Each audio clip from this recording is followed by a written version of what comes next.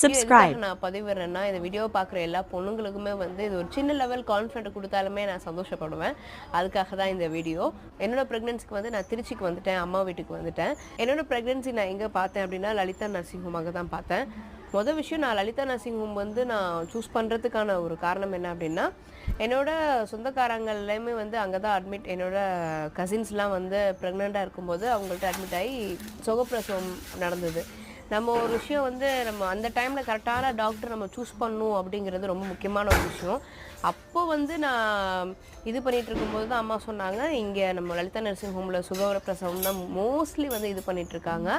So பாப்பா அங்கேயே நம்ம பார்த்துக்கலாம் அப்படின்னு சொல்லும்போது தான் ஒரு ஒரு பெரிய லெவல் கான்ஃபிடென்ட்டில் தான் வந்து நாங்கள் லலிதா நர்சிங் ஹோமுக்கு போனோம். அதுவும் எனக்கு லலிதா நர்சிங் ஹோம் வந்து ஒரு ஃபேமிலி ஆம்பியன்ஸ். நான் ஏன் அந்த ஹாஸ்பிட்டல் பற்றி நான் சொல்கிறேன் அப்படின்னா, வீடியோ நான் பேச உங்களுக்கு தெரியும். ஒரு என் கான்ஃபிடென்ட் லெவலில் வந்து எந்த